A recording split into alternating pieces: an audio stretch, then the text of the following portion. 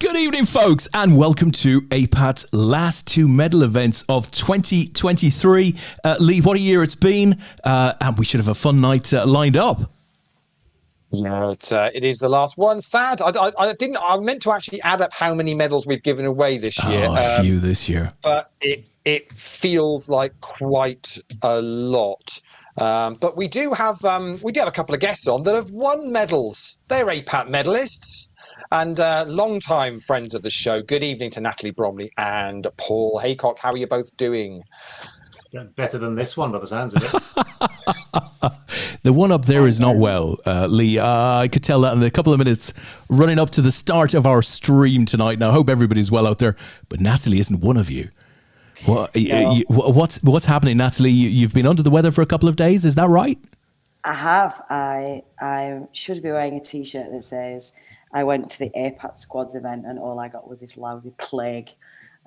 So yeah, I caught the lurgy from our wonderful APAT community. So whoever it was who took the flu to Nottingham last weekend, can we have a conversation off air, please? Yeah, no, I haven't had it before, during, or after, so definitely not guilty.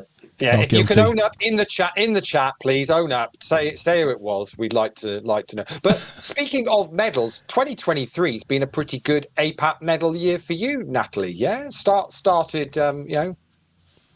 Yeah. Obviously, you picked up a team medal the year before, but actually you got your first individual medals of your APAT career.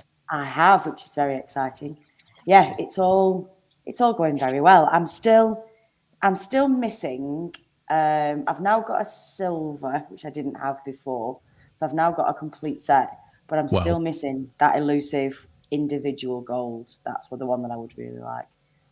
So I've got an individual bronze and stuff. Fingers crossed. I tried tonight, but it was not to be. So I will carry on, and you never know. I might get one soon. We'll see. Well, we've announced the first 3 months, the first couple of events of 2024. So it's relatively early days, but we're working on a lot of stuff in the background. I mean, the wheels under Tom, they're very fiery at the moment, and I think it could be a big year for us, Leigh. Would you agree? What, 2024? Yeah. Yeah, it'll definitely be a year, one better than 2023. Definitely. That's he's worse than I am for keeping secrets. No, give him a little opportunity to tease a bit, but no. No. You said way too much last night about something that we were sworn to absolute secrecy about, and you can't help yourself. You're the worst when it comes to APAT. So excitedly and throw in that kind of Christmas festive feel as well, Des. And you are the absolute worst at keeping anything secret. I can't help it. It's okay. No one was listening. It's fine. Well, actually, as it happens. So, good evening to you guys out there. We are going out everywhere, basically. Facebook, YouTube, Twitch. We're on the APAT website. There's maybe one or two others. I can't remember. So do get into the chat box. If you have any questions for Paul or Natalie, if you want to challenge Natalie, right? If you want to say, no, Natalie, you haven't been sick for a couple of days. You're just completely pissed after watching Burnley win 5-0 at home today. You're hammered, in fact. Have a go. See if that's the case. What a win, Natalie. What a win. Definitely. And I have to say, this is the first time this season in 14 games that I've been able to watch Match of the Day, and you guys grabbed me on the show instead. It's like, it's the first time I've been able to do anything other than a media blackout, and I decided to come on the APAT show. That's how much I love you guys. I'm missing the first Match of the Day. But yeah. Much appreciated. We're supposed to get a bit of BBC publicity ourselves today for the first time in forever. Well, I was going to say, good result for your team, because you were quite nervous about this game. We're in the third round draw. I'm taking. I was going to say, the fact that it got postponed with a few minutes before kickoff is probably not the worst result in the world. Literally, it was cancelled 8 minutes before kickoff. As my mate Stu, who you know, and the two of you know, he found out all about that. Took his daughter up there, ready for the game to go ahead. Literally 8 minutes before it was cancelled, and there was never any chance of it being on. It's a ridiculous decision to. Shocker. It is cold across the country this morning. It was cold. It is cold. It will remain cold. However, bit hotter at GGPoker, Leigh. 2 events running tonight. The last two of 2023, as I said. I like what you've done there. Well, you know, I'm 3 years of bungling along. We get the occasional single line in. I already had the kind of, but there's poker going on tonight, so about to come in myself. So you've saved me the hassle of needing to do it. Yeah, a couple of things to talk about poker-wise, because we're going to have a good old chat with the guys about probably a lot of non-poker stuff, to be honest. But a couple of things I need to. Right, we're going to give away some more tickets. If anybody watched last night, it's all about the tickets. It was a car crash of Dan and Dan trying to add more tickets. We ended up helping them out a lot to get some more tickets for the guys. So if you want to get involved in picking up a UKPC satellite ticket online, get your name into the thread that I put up on the Facebook group earlier on. We'll give you another 5 minutes or so. We'll see how many we've got, and we'll work out what we're going to do. We're going to give a bunch of tickets away, basically, so you can get on with that. But I love Dan Ashton more than anything, but I couldn't have been more disappointed in him last night. it was disappointing to say this. We ended up giving them the entire 80s and 90s to name as many Christmas number ones as they could, and for everyone they get, we'd add an extra ticket. It was just embarrassing, honestly. As an absolute popular culture oracle, I would have thought that 80s and 90s Christmas number ones would have been his absolute sweet spot, but apparently not. The segment was murdered for sure. But actually, do you know what? Was quite hard. It just ended up being quite hard. How was it out there, Paul? I mean, I know you were sort of watching in and stuff. Did you get a bunch of them? I mean, would you have nailed that segment? It's difficult to watch because I love the game and I love both Dans, and it was I could feel my respect for them like slowly ebbing away throughout the evening. I would have got maybe one or two that they didn't, but that's not the point. That's detail. Yeah. It's just enjoying somebody else in pain. Yeah. So we should say there is poker going on. We've just unfortunately lost Jason Chilmade on this final table, lost with pocket tens versus the ace jack of Alexander Corvin, ace jack of diamonds. I don't know whether you saw the flop, but it was diamond, diamond, diamond, and that pretty much was going to be that all over with. So well done to Jason, though. He finishes in 9th place, picking up $60. So we had 116 runners in the No Limit Hold'em tonight. I know our guests were in that and are sadly no longer in it, but we do have a final 8 now that are playing out for the medals and the points for the leaderboard over the weekend. We had 62 in the PLO. That is down to 8 now and is paying top 10s. They're already in the money there. Bunch of players who reckon us. Now, Danny Strange last night won the PLO bounty and final table, the No Limit Hold'em. He was all cocky and full of it in the chat and all like. He was giving it one, wasn't he? He was giving it one, Leigh. Any UKPC seats around? Any UKP seats around? He was giving it all of that. Well, he might just not want to catch all those count those chickens quite yet, because Sir Cross is on both of these final tables tonight. So Sir Cross, I'm pretty sure, is Nicholas Cross. He is on both of these final tables. Dandy Gandy from Ireland is on both of these final tables tonight as well. So there's a little bit to go. Now there are a few suspicious names I've noticed in poker. Now let's put this straight right way. Final table of the PLO is one Bromers, Bromers. Now, I've seen posts today and yesterday. I saw somebody put up a hand history going, and tagging Natalie in a post. And Natalie, what would you like to say about this? It is absolutely 100% not me. My GG alias is Dingle Bell. I am not Bromers. And who even spells Bromers with one M? I don't trust anybody who spells Bromers with one M. Bromers, you mean? The Belgian rapper. To add to the confusion, right? So Natalie is Dingle Bell. And I've seen today Dingleberries is on GGPoker as well. What is going on? Who are all of these? Who are these imposters? Fanboys, Natalie, fanboys. No, I'm pretty sure that's not good. Not only were you mistaken for Bromers with one N, Austin yesterday accused you of knocking him out of the tournament. I was like, she's good, but she can't knock you out when. Dear. Also, I'm a really terrible PLO player, so I most definitely was not in that tournament. No, it's not me. I am neither Bromers. And for the avoidance of doubt, it is not Nat, it's Natalie. If you're going to use Bromers, brilliant, fantastic, but with a double M, and my alias is Dingle Bell, the Belle. So there you go. Yeah. So if you want to keep tagging Natalie and stuff that's got nothing to do with it, you feel free. Hey, listen, you know what? The amount of stuff that comes my way in a week, what's a few more posts to be among friends? Quite right. Whatever. Quite right. Whatever. Quite right. Guys, let me just go to the chat box. A few of you out there, great to see. First up with a confession.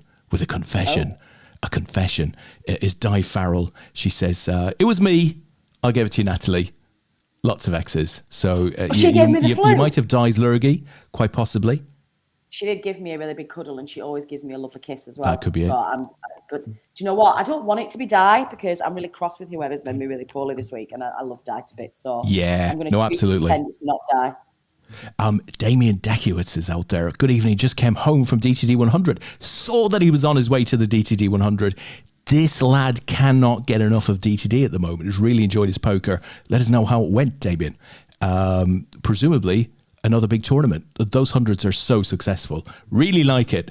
Mr. 40's out there, of course. Hi all. Thanks for the show. Saving me from a house full of very drunken women. I am the free taxi driver tonight. What can you say, really? Commiserations, Steve. Commiserations. Pick your battles, my friend. Pick your battles. The lovely Joe is out there. Hi to you, Joe. Di says, come on, Nick. So Sir Nick is getting the sport of Di in tonight's tourneys. Oh, hello. I didn't mean the flu. I meant I gave you something. I don't know what to say to that. Slightly confused now. That hug you talked about, could you just describe it in more detail? Don't know. So maybe Di didn't give you the lurgy. Maybe she gave you something else. Well, and that's us at the moment. Listen, that's a curiouser and curiouser. I'm intrigued. Chance would be a fine thing, right? I'm just interested in where this house full of drunken women is. If Steve, if we could get a bit of that live, I think that would be okay too. That would set the Christmas spirit nice and early. The earlier, the better for me. I'm not sure. I still haven't recovered from last time we went live to Joe's house, to be honest. I'm not sure if I could face another one of those Saturday nights again. That was magnificent. I still got the scars from that night. I'll tell you, did you ever feel like you were at a party that you weren't invited to, Leigh? Because it felt a bit like that night. Every time Joe would come on and say, hey guys, what's happening? In the background you'd hear somebody else go, Joe, what the frick are you doing? There's a party going on here. It was good fun. Yeah, it was. The beer was flowing. Very much. We are on the final table of the PLO, so we're down to 7 in that. Bromers finished in 8th in the end in that, but Sacross and Dandy Gandy are both still in there. So there's our there's our 2 final tables up and running now. So do we, guys? What does Sacross need to do to get past Danny then? So Danny finished first in the PLO last night, and I think it was 8th in the what did he finish in the finished 8th in the Hold'em. So he's already picked up 17 points. So need to do better than 17. So they're paying so it'd be 10 points for winning the PLO. And it will be 20 points for winning the no limit hold'em. So there's serious points up for grabs here. So he's already got locked up because he's down to what's he down to 8 now. So he's already picked up 12 points for the no limit hold'em, and he's already going to be on 3 points. He probably only actually needs to pick up another 4 or 5 places across both tournament, either tournament or Okay. So, any seat bubbles about Danny? So to be fair, Danny's already got a UKPC. He just plays well. He's already got a UKPC seat, courtesy of his win for England. So he would be hunting for his second bit of added value. So to be honest, if Nick does pick it up tonight, or if Dandy Gandy does the business, that's another option as well. Dandy Gandy plays quite a bit, and again, it's one of those I'm kind of going, do I know who Dandy Gandy is? Yes, I do. Dandy Gandy is Martin Sheridan Pope. Names, very familiar. So Martin is in the mix as well. So there's a few players that can take this seat away from Danny. We will see how that plays out.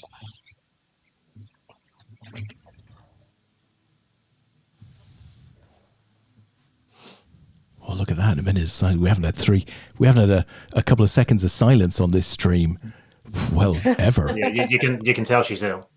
I mean, Wow. Well, just blame Natalie. Just went straight in and blame Natalie. Did. Because after last night's car crash of a quiz thing that we did, I was kind of thinking, oh, we'll just give a bunch of tickets away and not worry about it. But I've got a funny feeling Paul is desperate to want to answer some questions on this show tonight. So I'm now quickly racking my brains trying to come up with something we can quickly do. I mean, I've swatted up all of the 2000s Christmas number ones in case you went mad. Well, I wasn't going to not do that, was I? Oh no, guys! Look at this. A little bit. Steve says, "Is it me or is the stream pausing?" And Di says, "Yes, it's pausing." So I don't know if we're having a bit of a fangly internet night. We might be having a bit of that. Let me do a reset. I came off screen because I came and moved into my office because I was getting a really laggy. It was taking ages to hear you guys. I will quickly reset the screen and see if that makes a difference. There we go. Right, you're back on there now, Des. Okay, brilliant. Let's put that up. There we go. It is the I don't know what it is, but I've done an update with OBS for our screen share system for sharing the poker into Des's production hub, and for some reason, the new OBS on Mac is giving me a lot of grief at the moment. So we will try and keep an eye on it. We'll try and keep an eye on it to make sure that it doesn't lock up, but it seems to just freeze up. So. At some point or another. So our guests, were lovely to see at DTD last week, of course, wearing the badges, right, Paul, wearing the badge very, very proudly, Hearts of Queens.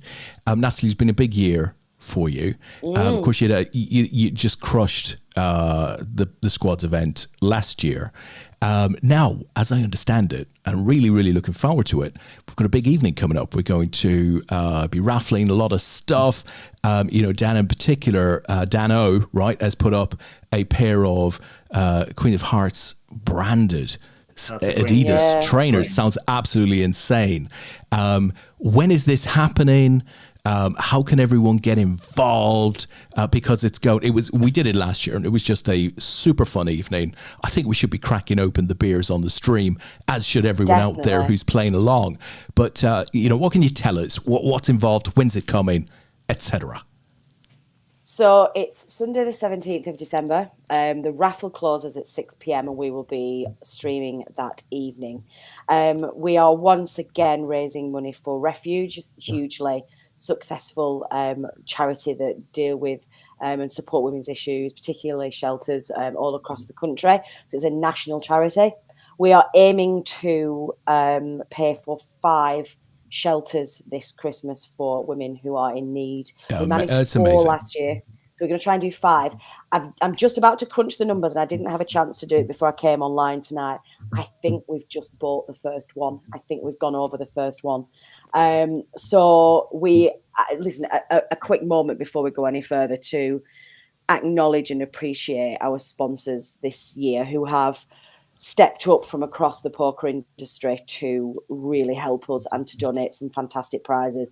Starting, of course, with you guys. APAT's been friends of Hearts of the Queen since the beginning, and you guys are incredible.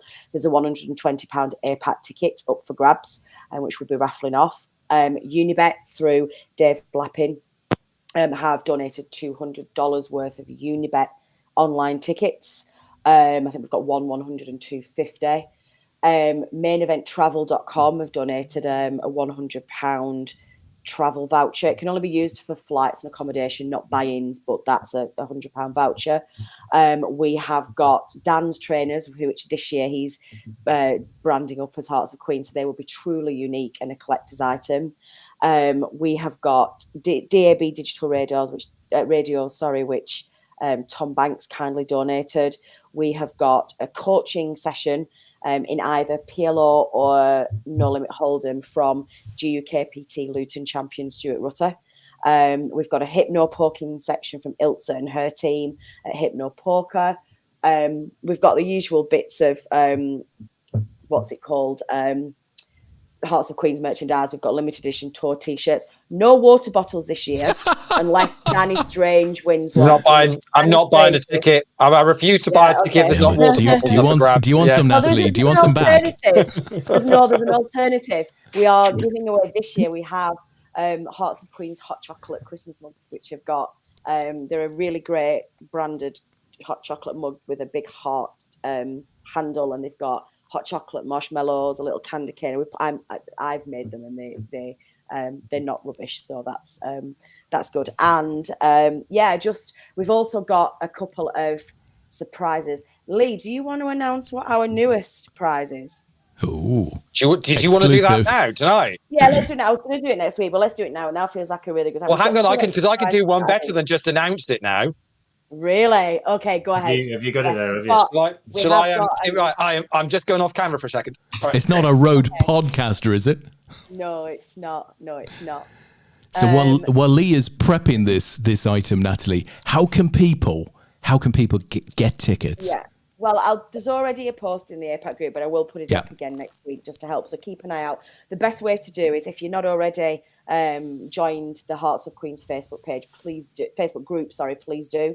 Because it's just a community it's just raising profile of women's causes across the world. We're also starting to highlight charity initiatives that people are doing off their own back as well, which is a fantastic thing to do. But we'll also put another post in there. There's a Just Giving page set up, and all of the funds go directly to Refuge. 100% of admin fees go to, 100% of ticket sales. God, sorry, my brain is not. I'm so fuzzy. 100%. I'm so sorry, guys. This is not my most slickest performance. 100% of what's the word I'm looking for? Raffle funds go to Refuge, Hearts of Queens. We never have, and we never will take any admin fees or anything like that. We don't do that. Everything that you donate goes to the charities, and you just donate whatever you want to. Raffle tickets are £1 each, so if you donated £5, you get 5 raffle tickets. And Leigh will be doing his super duper wheel on the 17th. We'll be doing it. And what is now back on the screen? We're going to need a bigger wheel, Natalie. We're going to need a bigger wheel. So. Yeah. Water bottle, Leigh. Water bottle. We're desperately trying to get to £2,500. Last year, I think we did 2,200. So we want to try and get to 20. And actually, the prizes this year are fantastic. We've got 2 more prizes that are yet to be added to the raffle, which we will do with a bit of fanfare. The first of which has been kindly donated by the absolute angel, who is Leigh Wiltshire, one of the best human beings in the world, who has one of your put for us. So basically, this is all due to a manhole cover. Okay. It's an unusual start to a story. Because of a manhole cover, that we have got an extra prize. So you may or may not know, I was out in Vegas a couple of weeks ago for the. I see the link. And there was a bit of a debacle on the Thursday night with the whole manhole cover and blah blah blah blah blah and whatever, and yeah, it all happened there. But I basically got a little bit of a refund back from the Formula One guys in the way of $200 worth of merchandise. So I'd already bought what I kind of had wanted. So I decided, well, let's bring some stuff back from Vegas and we'll add it into the Hearts of Queens raffle. Super. So we have Las Vegas F1 merchandise pack up as one of the prizes. So we have an official cap. All official merchandise. I haven't seen these yet. I've still got a lag on my screen as well, so I feel like the suspense. So we've got a merchandise cap. We have a winner's bobble hat. So we have a Team Oracle Red Bull Racing. Oh, I like that. Bobble hat. Yeah. Nice. So we've got one of those. We have an official Vegas Formula One t-shirt in green, which has got say some nice print on it. And we also have a hoodie, which you're not going to be able to see very well. It's in black. It's but it's exactly the same as the one that I am wearing. So amazing. Oh, Leigh, so you got one of these as well. And then finally, we managed to also throw in a key ring, because you can't do anything without a key ring as well. So there's also a Formula One key ring. So that whole merchandise kit. Now, love it. We can't do anything about the sizes. The hoodie and the t-shirt are in a large. Both the hats are fits all. Yeah, so they're the old one size, so not a problem with that. One size fits all, so no issue there. But basically, if you're not a large, you're gonna have to gift them on. But hey, do you know what? I'm sure somebody will be an F1 fan that you will know, which will like those. That's such good merch. It's worth losing or gaining weight for. So it's I think that's a very good point. Well made. Yeah. So unless the requirement is too large. Yeah, and it is basically it is actually over $200 worth of Formula One merch. Say brought back from Vegas. So that is being thrown in as an additional prize. So everything you've seen listed Love by it. Natalie so far in Hearts of Queens, this is a separate one on top again. So if Oh, you've I'm already getting really bought a ticket, emotional. if you've already bought a ticket, you're already in with a shout. If you've not bought a ticket, what the hell are you doing? Yeah, Basically, we'll what start are next you week. doing? It probably Yeah. means you weren't there last weekend because we were shilling those tickets like all Yeah, weekend. we were. Yeah, we've predominantly sold the live tickets at the moment. And actually, if I can just do one more thing before we move on, if I want to just do a massive shout out and a really big thanks to the 2023 Hearts of Queens poker squad, which was of course Paul, with Tom Bacon and Jen Mason as well, who just gave up their weekend to play in the squads event.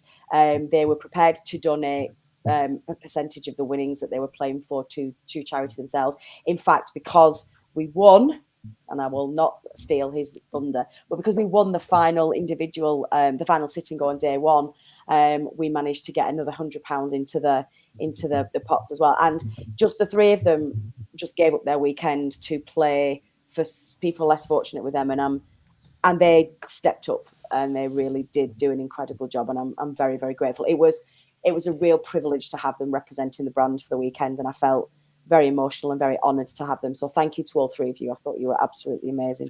Well done, guys. Firstly, the secret to getting that STT win is it's really important to get absolutely wasted the night before.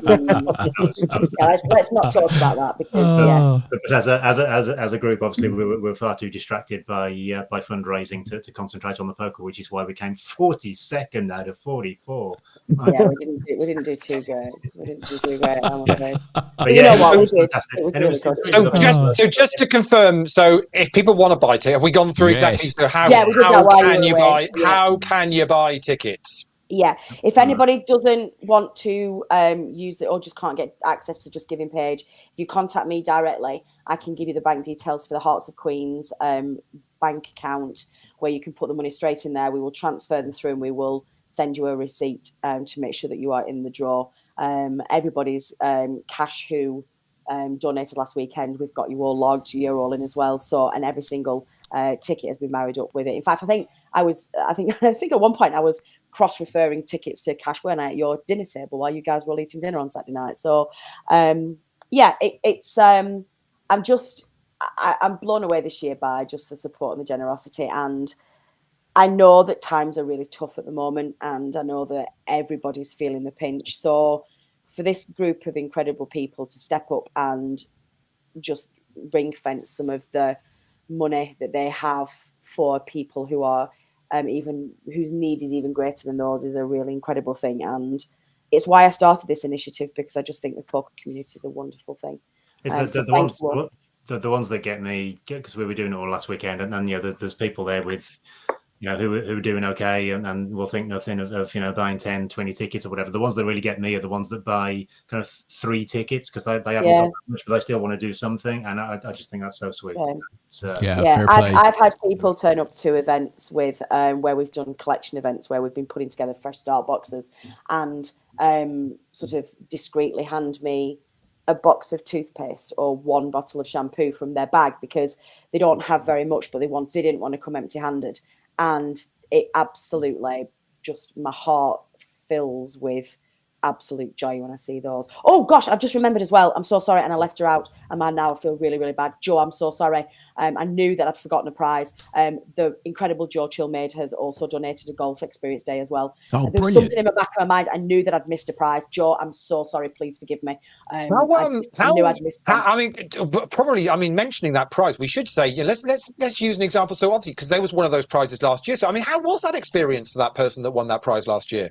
Apparently they just didn't take it up, which was a little bit stupid, but let's not talk about that. Paul. Do we know who that was? Oh no, was that Paul? I'm waiting for the right moment. That's fair enough. I've been waiting for the right moment for just over a year. Yeah. Well, it's not been easy with the COVID and everything. Now it's done its snowing. That seems a good time to start playing, yeah? Stupid thing is, I didn't even win. It was Warren who won it, but he doesn't play golf at all. So I then bought it off it, he very kindly said that I could have it, but I bought him something and sent it over to him, and then didn't use it anyway because I'm an absolute clown. Oh dear, oh dear, oh dear. Well, listen, that was lovely, Natalie. Thank you for sharing. Thank you for letting us have the platform. Oh, not at all. The 17th, right? Hey, so I'll be honest. we can't wait because Yeah. that is going to Gonna be a great it's night. gonna be Two weeks Sundays away. tomorrow. Yeah, 2 weeks tomorrow, and we will be doing what I can only describe is probably the craziest stream we do of the year because it just is complete and total nuts. But it's even crazier when you win the APAT seat. That was my name is nowhere near any of the tickets this year. I'm refusing to buy any tickets. I'm just going to make a donation separately. I'm not buying tickets because I can't bear that again. Leigh, there's just an APAT ticket. There's just one thing we have to look at. We as APAT surely can't put less into the pot than Unibet. So maybe we need to consider a second seat or something to get over that 200. No, you guys do enough. Don't. Oh, yeah. Leigh knows what I mean. We don't want to get beaten by the Unibet guys. We're not having that. If you don't mean it. I'm not having that, yeah. We're not having that, Leigh. Unless they put in something else. Joke and lapping. I mean, we don't want them outdoing us, do we? Honestly, that's outrageous. To be honest, we're being outdone by the Formula One Vegas. Well, that's fair enough. Actually, no, that's the point. That's yours, Leigh. You've donated the F1 and the tickets. That's so. nice. We'll call that Carlito's pothole. Do you know the hoodies are genuinely, really, really nice. They're one of the nicest hoodies I've ever purchased. Yeah, I'd love to win that F1 merch, but I am most. Did you see? Mish Gascoigne was in Dustdawn last weekend, and she had one of these, but in the white, in the cream. And I thought, how did you get that? She'd been out to Vegas before the Formula One and picked up some merchandise when she was out there and got it. But hey, there'll be plenty of Vegas merchandise for Formula One. They're not going anywhere. This is true. Sure. This is true. Both Jen and I have got our hearts set on the trainers. The trainers sound sick. That's going to be. And apparently, Dan said last night every week he'd come out and clean them for you, or something along those lines. I'm sure he said to keep them nice and tidy and looking smart. I think was very good of him. Depends who wins it. Yeah, yeah, could well be. But that's great. So yeah, he did say he's going to get that kind of done. So Di's got a question. Yeah, I just saw that in the chat. I refer you to my earlier answer. Chance would be a fine thing. So let's just quickly update you on the quickly update you on the poker because there's not been a huge amount going on this No Limit Hold'em final table. We have lost Stefan Roeder in 8th place. Stefan had a good run last night, picked up a bronze medal in the PLO, I think it was. So very well done to him. So we're only down to 7 in the No Limit Hold'em. This is kind of they're really playing this quite. It's 33. Big blinds. Obviously, with GG, you get the rollback on the final table. So they will have rolled back to 40 bigs average stack. So the first few levels of the final table are always a little bit more delicate before things start getting a bit feisty. In the PLO, we're down to 6 as well. So we've just lost Nick Cross in 7th. So I can now I can crunch some numbers on what that's going to do for him. So he's picked up 4 points from the PLO. What did I say? Danny had got 17. Yeah. That's right, isn't it? Danny had got 17, I think I said. Yeah, you definitely said 17. So I imagine so Danny's got 17. So Nick's already picked up 4, so he's going to need to pick up 13 points or more, which is going to be let's have a look. I'm thinking 3rd. Well, he's guaranteed 14 now, so that's enough. 14 just from the Hold'em, or 14 in total?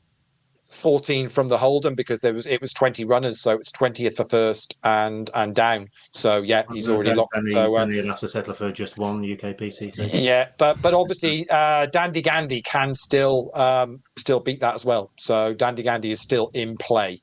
Let's not forget about that. Martin Sheridan Pope, so very much still in the mix as well. But we'll keep an eye on both of those and make a difference. The Snapper is also in the PLO as well. So evening to you, Brendan.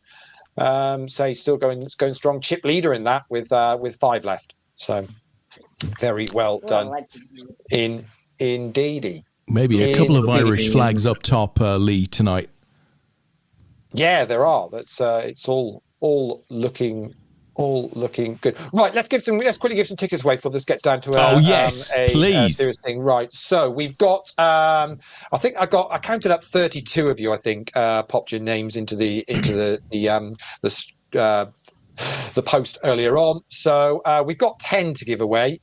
We can add a few to that 10 though, Des. Fantastic.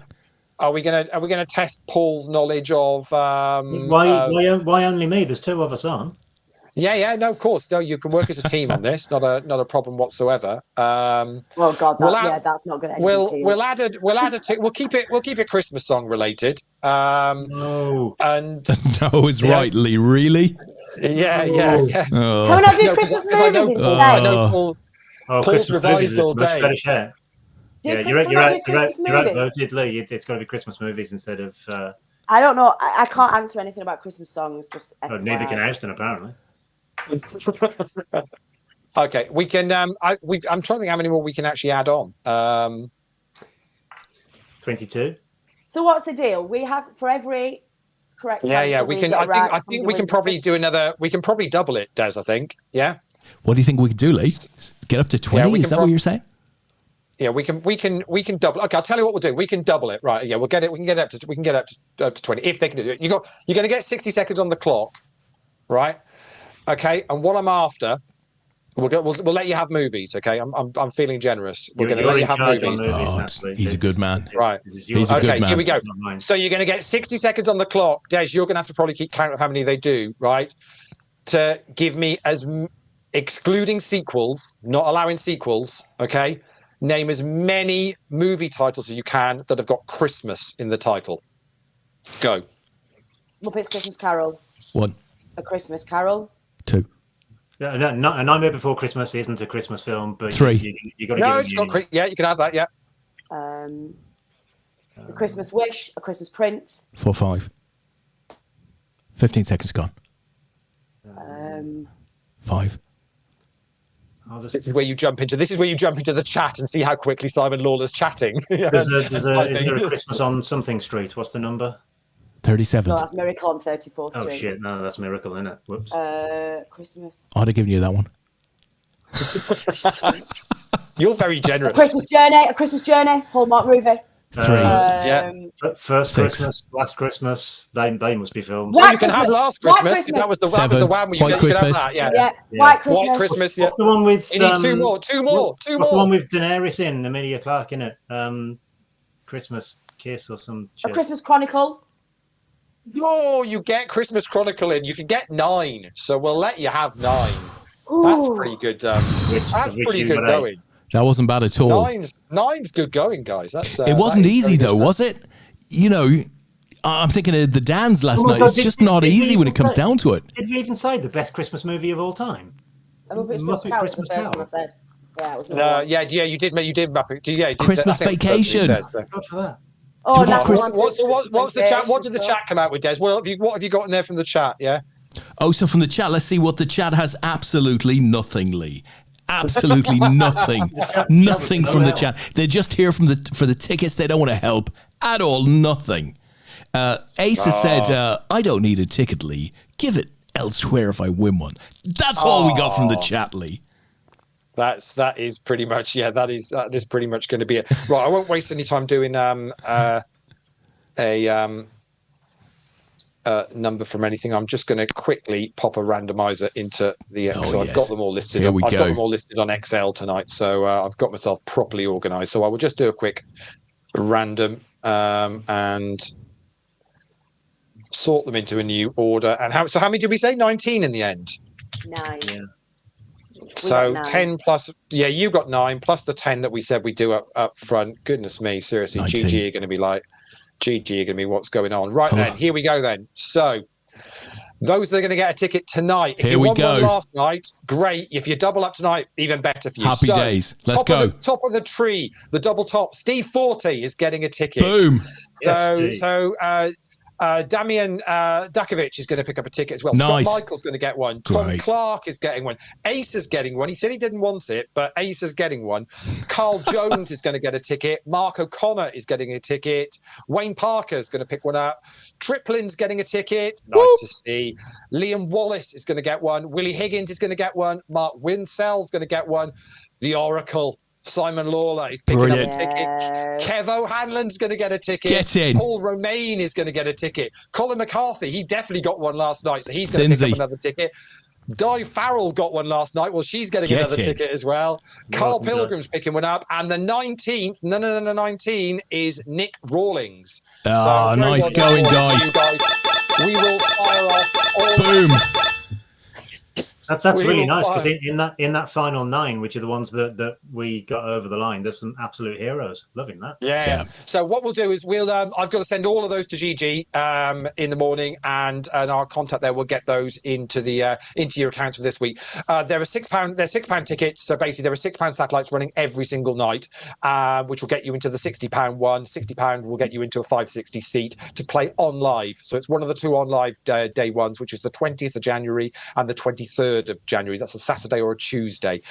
Win through on that, and basically you're into day 2 at dusk till dawn, and have got yourself a cash basically at the UKPC. It's a £500,000 guaranteed prize pool at dusk till dawn at the end of January, but 2 cracking ways to get in on live with GG. So very, very worth doing. I'll be honest, they're worth playing right now. Get in. There's it's in. They started them last Monday, and they've not really promoted them loads yet. So we've given away a load of tickets. We did a load at Dusk Till Dawn last week, which are going to be going to accounts next week once we've just getting the last couple of names sorted now. So we've got a bunch of people that are going to have free tickets in the next week or so. They'll be able to use them, but. Other than that, they've not. It's just kind of a bit of a soft launch in there. So they're in the lobby, and they're guaranteeing a 560 ticket every night. So if it runs, it's worth getting involved and playing it. Now's the time to try and win those tickets, because as it gets nearer the tournament, it'll get a little bit tougher to do that. And of course, there are other ways to pick up a UKPC ticket as well. I love what you're doing there.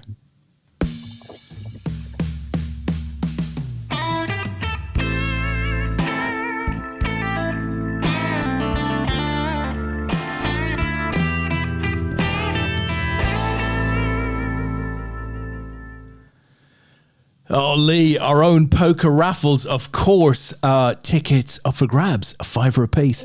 I think we've sold 190 odd tickets, more tickets than we did for the APAT draw, which we sold out last week. So the draw for this is tomorrow night. It is a UK PC seat plus £500. Draw tomorrow night at 9 o'clock. Of course, that event happening at DTD in late January, £500,000 guaranteed. Very, very nice. Also, at the same time, so tomorrow night at 9 p.m. as well, we've got our 5 instant £50 prizes and a 250 feature draw happening as well. But to be honest, we're not that bothered about that one. We're much more interested in getting somebody a really nice, inexpensive trip to Dusk Till Dawn in late Jan. What I would say with that one, though, that little cash draw, so basically it's £2 a ticket for that one. There are 5 £50 instant prizes on that. So basically when your number gets picked, it'll tell you automatically whether you've won a £50 prize. And then every ticket also goes into the £250 draw as well. And on the website, it tells you how many of the £50 tickets are still available. So you get to see what's going on, and ultimately, is it still full? It's still full. So ultimately, come tomorrow, whatever we've sold for that, if the instant ones are still available, they'll be put to one side. But then that £250 will get given to somebody who's bought a ticket. So however many we've sold of that one. So it's well worth checking it out. Looking at that at the moment, Leigh. So as of when we started the show tonight, we had 82 people. So you're 82 to 1 to win that at the moment. So you work that out. Might be some good value there. £2 ticket, £250 cash, plus you've got a chance of winning a £50 instant as well on top. So if you fancy a bit of a bankroll booster, get yourself to play a bit of poker over Christmas. Maybe you want to play something live at one of your local venues, or wanting to play online. Or apparently, as I found out last night, what most people do. Apparently, everybody just plays online poker on Christmas Day. Apparently, that's a thing. They just they don't any excuse to not enjoying the festivities. So it was news to me. Either you're doing your tax return, or you're playing online poker. That's what I learned last night. That's pretty much. So get yourself a ticket in that, and then when it comes in, buy yourself 250 Hearts of Queens Christmas raffle tickets with it. Do you know you could do that? You could do exactly that with it. Yeah. Absolutely, nothing to stop you doing it. But of course, the UKPC one, guys. I mean, you've played these kind of tournaments. Paul, you played a UKPC itself many years ago. I recall. Is this just a segue for a massive brag? Well, I wasn't even going to bother. No, I wasn't even going to One bother. of us on the show has got a big, massive banner.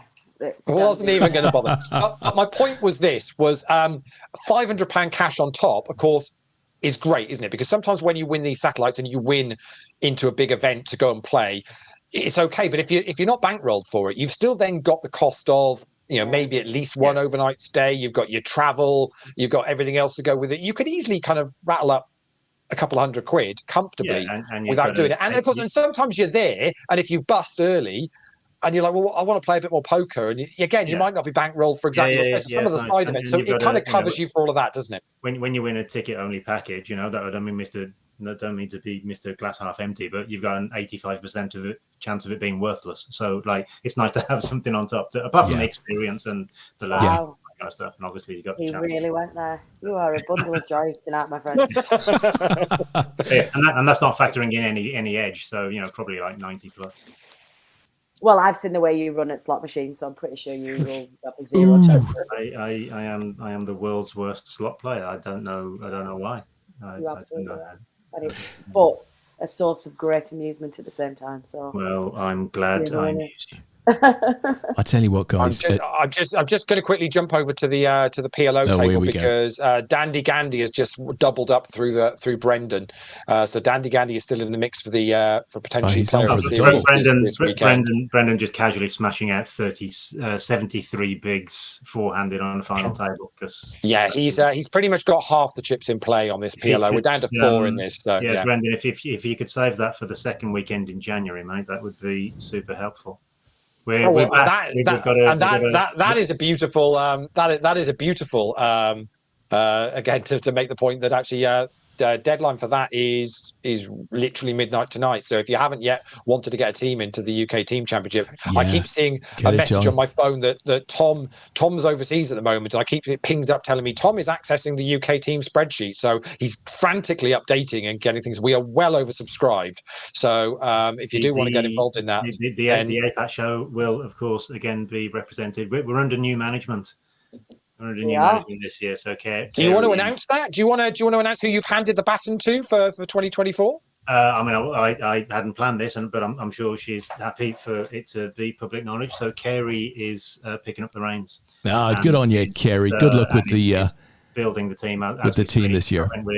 We're most of the way there. There's a couple of there's really awkward people that can't commit, and they're like, well, I might be around, but I might not be. She's dealing with that a little bit at the moment. And to be honest, Des, she was pretty brutal. The minute it was accepted, she kicked Paul out of the team straight away. Just said, Game of Thrones style. We came plumb last year. We're the most polarizing team out there, having won it outright 2 years ago and come dead last year. So it's a bit of a poison chalice. I didn't play last year. That's why.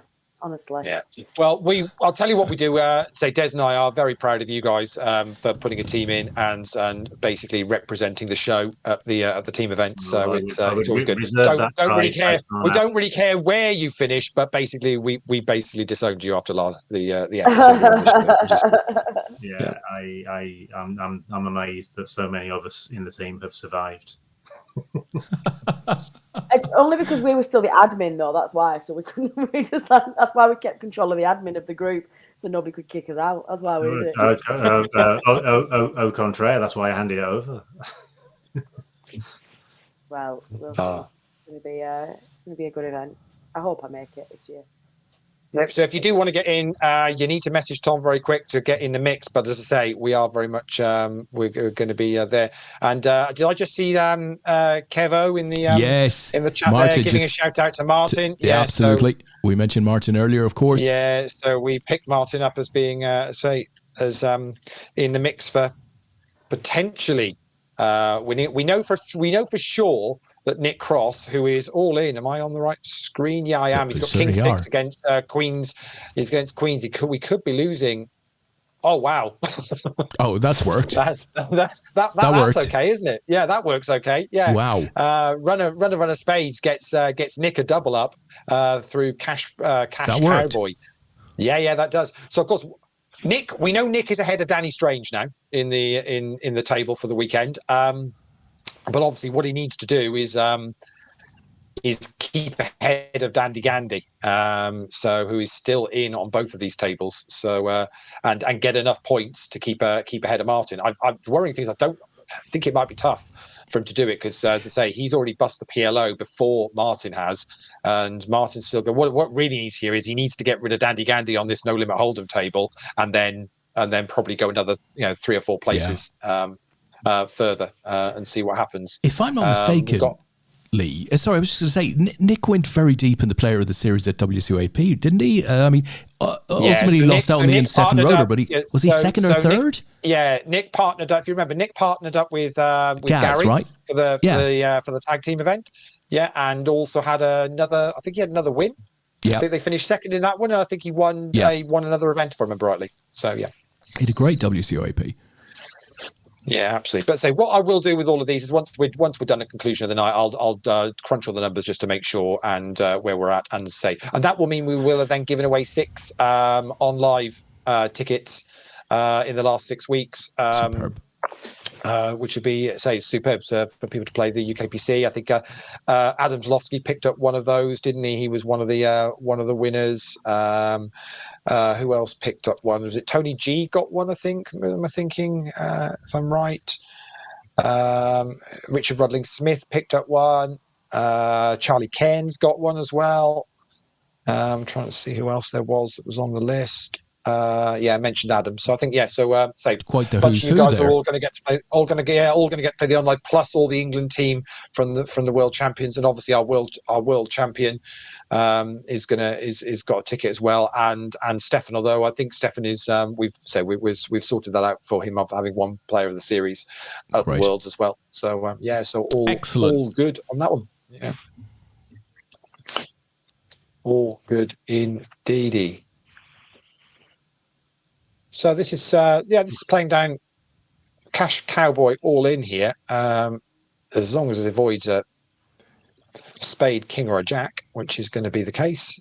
That's the slowest peel on the river I've ever seen. And there's definitely still no way of stopping it from doing that, because Christ, that's difficult. I like GG. I like the software. I like playing. You turn it off. You turn it off really easily. Teach me. Oh.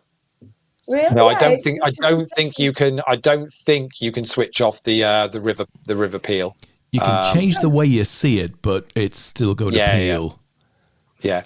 If the opponent peels, then you see the peel. Yeah, I'm pretty sure that's it. Yeah. If they just snap flip, then it just goes over straight away. It literally is as fast or slow as they choose to. Whoever's got the needs to hit, isn't it? I think that's who has control over it. I think.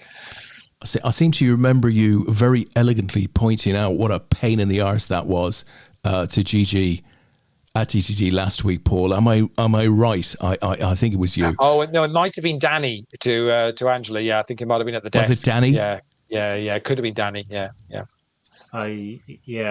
I don't remember doing that. But then if it was Friday, I wouldn't have remembered anything. I know this was definitely Sunday, so I may well have got you wrong there.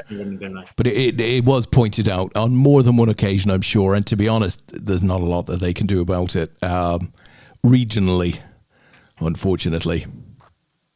Oh, is it just this country that hates it? Oh yeah, I think other countries. Preference, I'm sure. I think other countries think it's great. It's just we're obviously we're just being grumpy Brits. All right, fair enough. Yeah, we go our own way now. We are 5 to the hour, so players are going to be on a 5-minute break. Dandy Gandy is all in here on this No Limit Hold'em. Just the big blind to get through of live claws. Seems quite apt this time of year. These are the spots I look at this. Run all in. Let me come back to this. This could be the Martin departing the No Limit Hold'em, and I'm going to have to then crunch some numbers here. Not a helpful board. Not going to be. It's too late for the high ones. I've still got a massive disconnect between the visuals that I'm looking at and the audio that's in my ear. So this is like a massive tease when you guys are not a helpful board. And they've not even. I'm still pre-flop on my screen. I don't know what's going on yet. Really? Are you sure you're not watching it on the stream? Oh, Mr. Bacon is out there. No, I'm watching. Well, no, I'm watching it on the studio. Oh, okay. Really like it for me. Oh, that's not good. I hope that's a tongue-in-cheek comment from I Dave. would imagine there is some tongue in cheek there. Yeah. I Max don't Payne. doubt, I don't doubt for a second that he does enjoy Max Payne when inflicted on others. I can't see him liking the feature genuinely. Again. So that is going to be Martin departing in 6th place. Martin departing. Martin departing. Is it French? Yeah. Departing. I've just finished watching Boat Story on BBC. Have you been watching this? No. It's all iPlayer. I don't want to spoil it too much, but it's two people come across a load of drugs on a washed up boat on a beach, and the six episodes off it goes. Very, very good. Wow. Okay. That sounds interesting. Very, very good indeed. Yeah. British production or boat. What do you call it? Boat people. No, Boat Story. It's called Boat Story. That's it. Yeah. I think my box set view at the moment is taking quite a dark turn. I've just started to watch the Lockerbie documentary that's on Sky at the moment, and then there's also another one called Libby, Are You Home Yet?, which is about the whole teenager who, you don't need to go further. So I keep thinking, it's like, keep watching these things late at night, and then I wonder why I have really bad nightmares. It's probably need to address that and watch something a bit more warm and cozy and fuzzy, I think. But never mind. Oh dear. So these are the spots, right? So we're sorry to bring it back to poker, but you crack on. The final tab. So I've developed a nasty habit of min cashing.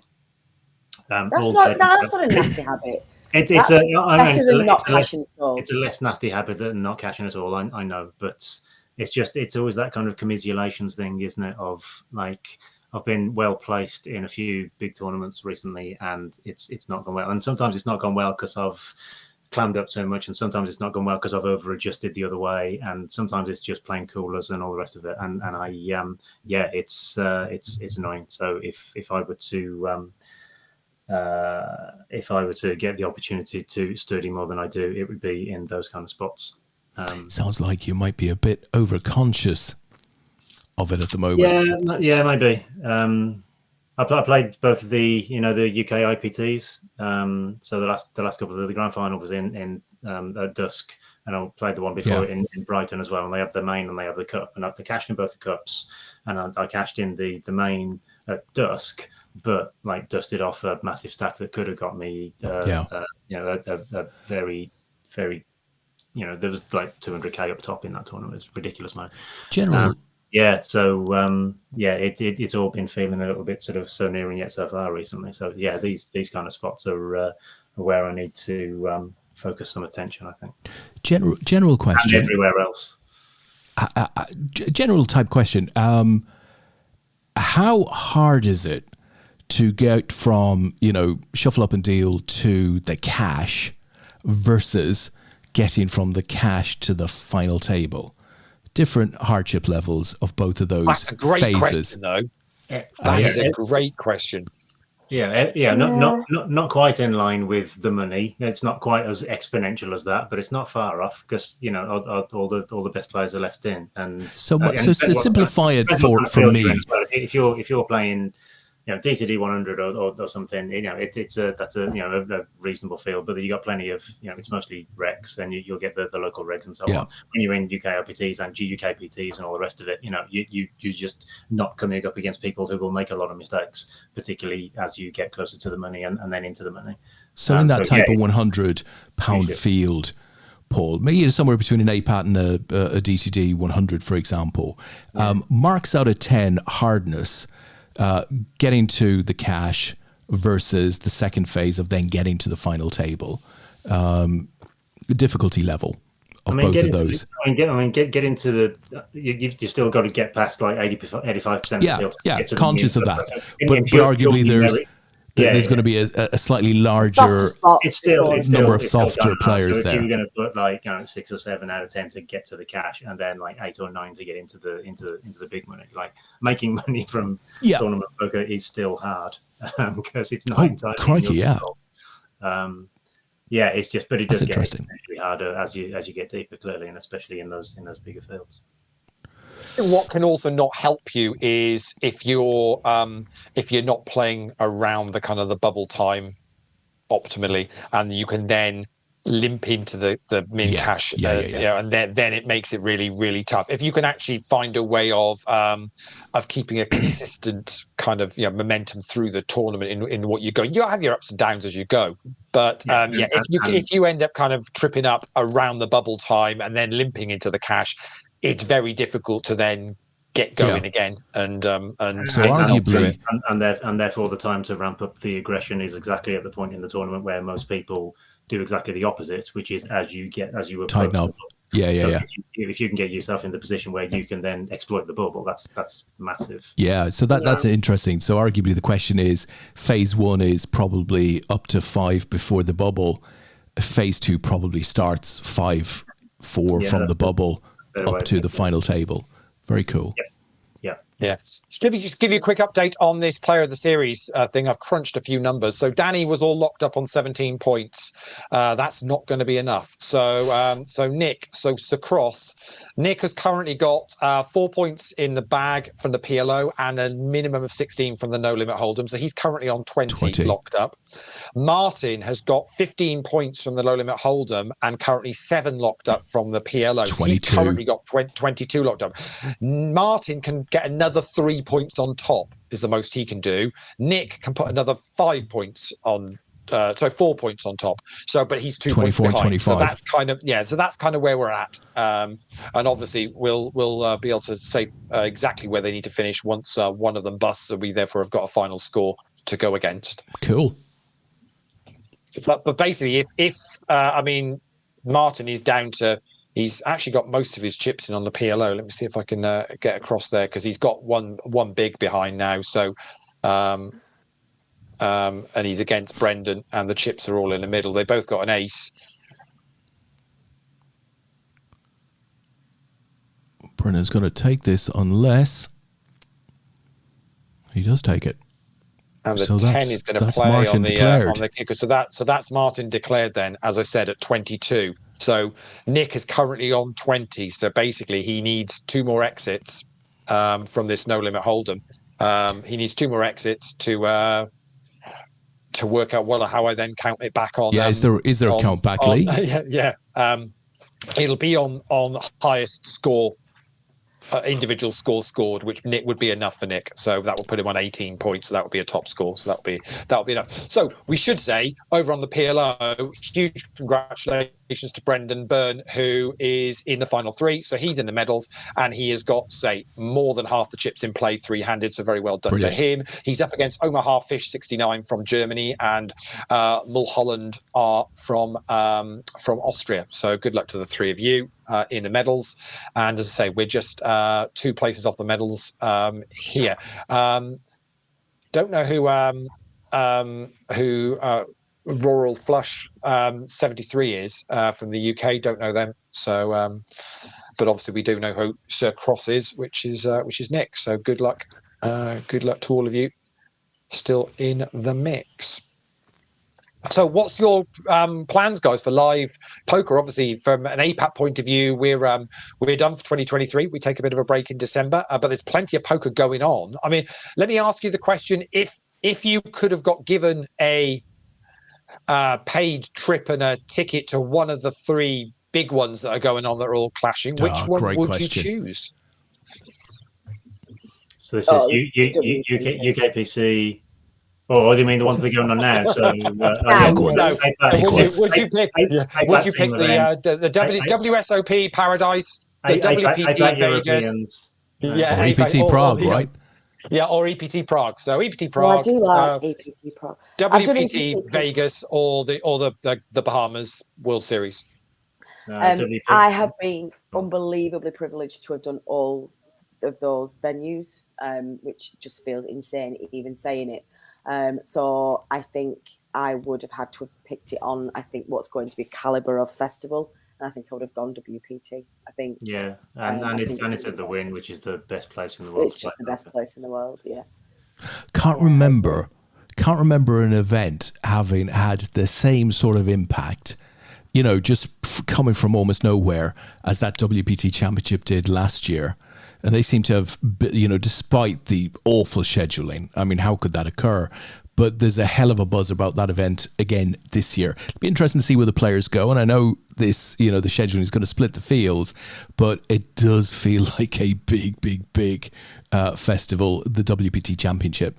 I'd have to say it'd be the one that, you know, I'm going to keep an eye on most, I think, as well. Yeah.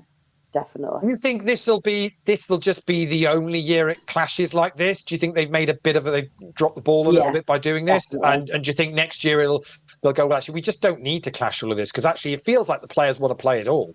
Exactly, yeah. You've got it never fails to amaze me when you get companies, irrespective of the field that they work in and what they do as part of their jobs, that they often forget that their product is there to serve an end user, and ultimately they are the people who matter. And it's like, it's all very well getting into an ego war or a battle as to who can be the best operator in this instance, or who's going to put on the best show and who's going to be the most successful festival around there. At the end of the day, your end user, your consumer is your player. So why not just think about them and just let these players who have the means to travel and the ability to play all of these festivals, why not give them the opportunity? Because everybody wins then. I think it's an utter nonsense that they've clashed. I really do. Yeah. It'll be interesting to see what they do next year. Yeah. What do you think will happen? Because the other thing, do you remember when the World Series came back after COVID and it was run in November? And there was a lot of positives from the players around that sort of timing, because they said the weather was, wasn't quite as hot in the middle of the summer, and and they quite enjoyed it. You look at the numbers that the WPT are putting up and the feedback they got from last year's one. We've always said that the WSOP in Vegas every summer is basically the pinnacle of a poker, the poker players, achievements. But do you think that something like the WPT there in the December time could get up to that level? Not in the immediate future. I think the difficulty that you're facing here is that you are swimming against decades and decades of nostalgia about the WSOP and the older generation and the old players and the stories. And I think there's something about the WSOP that you can't just replicate in another newer festival overnight, because it isn't just about the caliber and the bracelets and the players and the prize pools. It's about the history and it being around when Vegas wasn't the Strip and it was Vegas of old. So I think there is another festival that has the ability to emulate that status, but not in the short term. No. Nick is all in. Ace Queen against Ace King. Aye. He's going to need a Queen or a Jack now to save himself. And it's not going to be. And we're going to lose Nick in fifth place. And that is going to pretty much lock up the player of the series, I think. Martin Sheridan Pope. Well done, Martin. He's going to take to the win. So I'm not even sure whether Martin will even be aware of that, but we will get in contact and let him know. So very well done to you. I'd say I will crunch the numbers to be certain. So I've called these things early before. We're well known on the show for calling winners when there are no winners. Sorry, it's still too soon. It took longer than I was expecting, to be honest. We're over an hour in, and you're only mentioning it now. Yeah. So, but at the moment, we'll say congratulations to Martin. We're now one away from the medalists in this. Vegas can easily cope with this kind of thing. Definitely, I think of having these huge, big, multiple tournaments on different times of the year. I think the World Series is going to. I think they're going to change things again next year. I think there's a number of things they could do to improve things. The queues in the summer, you were both there in the summer. I mean, Des, I did a stream into the show, which you got to see. It was great. Loved it. The queues were enormous. Are just insane, and they've got to find a fix to that, because that just makes absolutely no sense to keep people stood in line for hours and hours and hours when they could be spending money elsewhere or doing something else. They've got to find a solution to actually make that more manageable for a player experience, and also just from a management of the event itself. Would you agree? And that's with Bravo, right? So there is an automated element to it, and they were still snaking from Paris Ballroom onto the Bally's gaming floor. You just got to be able to get the money on digitally. I mean, Luxon, stuff like that. You've got to be able to get the money on digitally. Well, I saw that Luxon are doing the Bahamas one, aren't they? And that's putting on and paying, because there was a lot of stories about people having issues taking cash in and out of the Bahamas. I saw a lot of negative stories when it got announced that players had money withheld, and this was so obviously something like Luxon is perfect for that. If you can, you can do all your payments via that. Yeah, but what would Luxon do that Bravo doesn't, other than charge you a massive fee? Because you still, even at dusk, where we were talking, tiny fraction of the numbers, you still have that registration step where you have to tell them, yes, I've registered on Luxon, and then they send you up into the middle unless you're there before the tournament starts. So, and all of the World Series queues were for late reg. It doesn't fix the late reg problem, and there's a simple solution to that, which is what some of the other venues do, whereby they give you your alternate number ticket with a number, and they just say, we're now calling 1 to 100 or anything below 150 or anything below 200. That works at the Win, that works at the Venetian. But surely again, this can all be done digitally, right?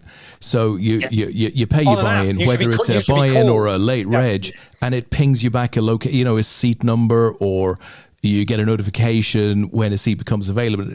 You could do it from the comfort of the cafe if needs be. Yeah, it's just madness to see those lines. How is that not just a ping on your phone? It should be super simple. Yeah.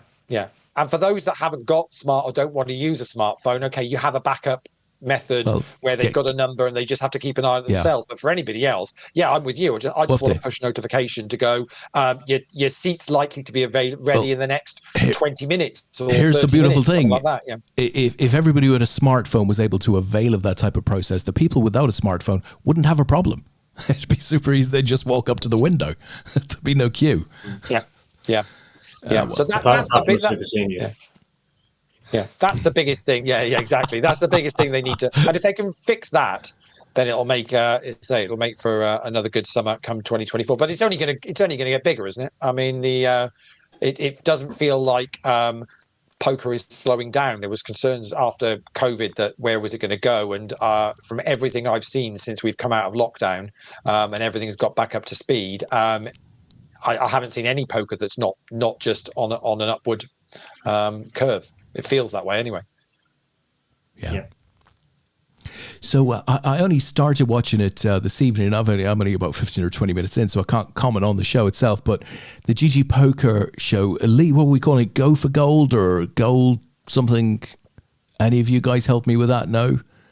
That's the one that Dan and Dan were talking about last night. It looks really neatly packaged. Game of Gold. Game of Gold. There you go. Yeah. There you go. So it's a Poker After Dark production. That confused me a little bit because, I'm not sure why they're mixing those two. But started with 16 players sort of, being introduced to the camera in a very nice way.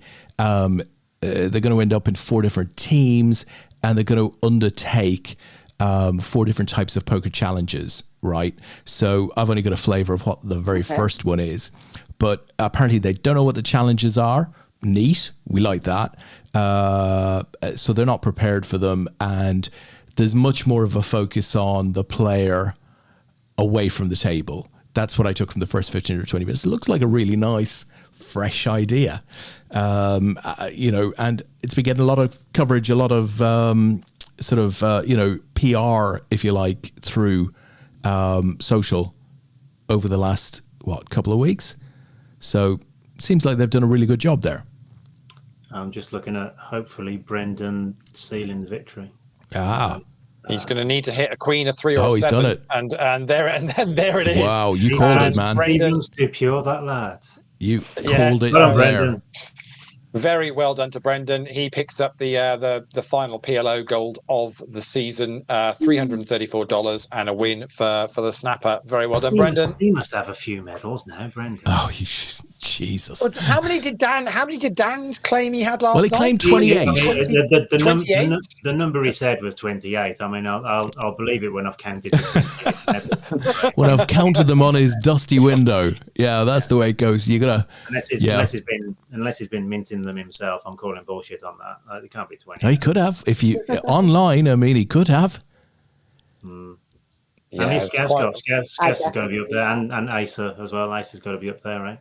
Yeah, Ace's got a bunch. Carl Pilgrim's got a bunch. Carl will have a lot. Yeah, John Carl, Murray you're right. had a few. Yeah, Brendan will definitely have quite a few. I would have thought so. Yeah, he's got to be god tier, isn't he? With those guys now, I would have thought. Yeah. There's Martin. Definitely up there. So close, but yet so far. 2 consecutive 4th place finishes in the PLO. Grrr! Good game, thank you. So that might have been the case, Martin, but you did enough to take down the player of the weekend, as it were, and you get a UKPC on live seat for that. So well done, sir. Good job. Yeah, very nicely done indeed. So Brendan is out there as well. Yeah. Awesome stuff. So we're down to 4 in the No Limit Hold'em, and that will then be the last online of the year. So loads still going on in December. So what we should say, we're not going quiet. There's still the daily schedule that's running every night, which means you can get involved in those if you want. We may well be putting a leaderboard on for that as well. We're just talking to GG about it now, about the best way to get on with that. But obviously, we're very much focusing on and getting everybody in and up and ready, running for the UK team event in January, and obviously the UKPC satellites that are in play in GG. And as Des did allude to last night. Leigh. There's some big stuff coming from GG over the festive period, and I think he did say last night on the show is if you can sober up by New Year's Day, it may well be in your interest to do that. Yeah, it's going to be huge. It's going to be huge. I've put it in the diary. I put mystery tournaments New Year's Day. I would imagine they'll start talking about that shortly, Leigh. Des has promised me chunks on New Year's Day. That's what it says. I tell you what, if you go deep in this one, you will not be unhappy. Yeah, definitely. So there'll be more details of that coming out in the next week or two about what they're doing. But yeah, certainly, and GG are very much all about supporting recreational poker players and giving back to players in added value as well, as we've done. In the last. The weekend and last weekend with added value tickets. So very much worth keeping an eye out for what they've got going. And a load of people have had tickets being put into their accounts for a number of different things in the last week. As I say, I mentioned on the show last night, Tristan posted up in the group to say, check your accounts, guys, because there were WSOP tickets. I've got a $60 one in my account to use up if you want to try and play those. So well worth getting involved in. I saw some people say, well, are they worried about the numbers? Or, well, it doesn't really matter whether they're worried about the numbers. If they're giving away some tickets, jump in. Put them to good use. I got a 50 on the spinny wheel at Squads when they were doing that. If you put your username in, that was for the Global Millions, the GG equivalent Sunday Million. Oh, amazing. Super. Yeah, I got a $60 one today as well. I haven't quite figured out what it's for yet, so I'll. What have you got? Have you got a $60 Road to Paradise Dream Vacation ticket? Yes. Stage 2. Yeah. So yeah. I don't know what that is. But the point is they expire in a couple of. They only put about a week on them, so you've got a week to get in. Yes. So find a satellite and just go and give it a whirl. You've got absolutely nothing to lose in doing that. What a river card for Cash Cowboy there.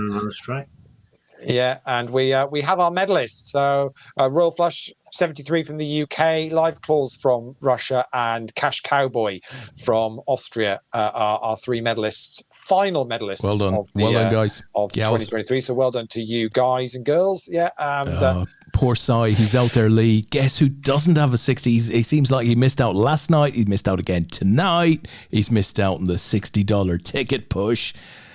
Oh, it's not good. Pete says, night, guys. Thanks for keeping me amused on my journey home from work. Off to London tomorrow to play the GUKPT PLO 456 knockout. Good luck with that tomorrow, Pete. And Tris says on Dan, he says, the more drinks I buy Dan, the more he's won. I'm sure it was 22 at the start of the year. Yeah. Story checks out. Yeah. Story checks. Story checks. Do you know what I'm going to do? Ooh. Let's round up the 19 to 20 and give Simon Allen a ticket. Go on. Go on. Yeah. I don't approve. That's pure charity. If I were Simon, I would turn that down, because that's just a handout. Oh, get it done. Give him the ticket. I'm obviously. He really is the Grinch, isn't he? He listen, really is the Grinch. Yeah. There's nothing you like more than seeing a happy. Why are we friends with him? Des. So we went for a little bit of tapas the Friday before last in Nottingham. Okay. I've spoken out of turn, and now you're going to out me. Okay. On Paul's Friday night, and so we're in this lovely restaurant that Stu recommended. Stu Lockyer recommended in Nottingham. Yeah, beautiful. So a little bit of tapas. I'm looking down the menu, and everyone's ordering a couple of things, and we're going to put them in the middle, and everyone have a bit of everything. And as I'm scanning the menu, I'm thinking, I can see a little bit of a theme going on here.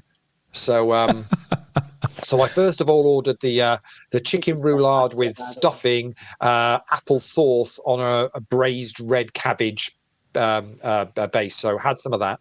Then I saw some crostini with brie, cranberry, and shallots. So I ordered some of those. And then I saw pigs in blankets. And Paul gave me so much stick. Happy Christmas, Leigh. Happy Christmas. They're basically ordering Christmas dinner tapas. He's gone to the best Spanish restaurant in the East Midlands and he's got Christmas dinner. Dear, oh dear, it's like a really bad episode of I'm a Celebrity, Get Me Out of Here. Going back to the chatty box, Cy is back. He said, credit to GG, been a long time since I've seen a site give away so much added value. Well said, sir. Willie Higgins says, give him nothing. Nothing. Kev O'Hanlon with a service message. He says, the free tickets from GG this week expire tomorrow night. So guys, get him in play tomorrow. Tom Bacon, beautiful. Moaned it in, Simon Allen. Moaned it in. Cy says, it's my one skill. And Lord knows we love to see a happy poker player at APAT. Yeah, quite agree. Oh, it was good Happy to see days. Dave. Good to see Dave at Squads again at the weekend, and I know he will be. He was already trying to buy in for the UK team event when we were at Squads last week. Wasn't weekend. Take my money, Leigh. Take my money. You'll save me some admin. Take it now. I could just go and buy it at the cash desk now. I said, how do you know you've even made a team yet, Dave? And he said, well, yeah, I'll be all right. So we've not announced the teams yet, though. So, right. You went, oh, right, yeah. Yeah. Okay. Yeah, I know what you're saying. Right. Okay. So he will have to hang fire, but details will all go out. I think Tom's looking to put that info out. Maybe tomorrow. He mentioned 8 o'clock tomorrow night, Leigh. I don't know if he's just playing with us, but I heard a vicious rumor that 8 o'clock tomorrow. The only team that definitely is going to be in is the APAT show team. We're in whatever, so that's not. We've got it. That's sorted. That's done. Yeah, done and in the bag. And Natalie will be in the team if she hasn't decided she's going skiing or something, because that's normally. Leigh. Ski season starts around that sort of time, doesn't it? So. Well, usually the team championship used to be in February, which was ski season, and then it got moved to January, which was really good because it meant I could play. But I discovered a festival last year which combines.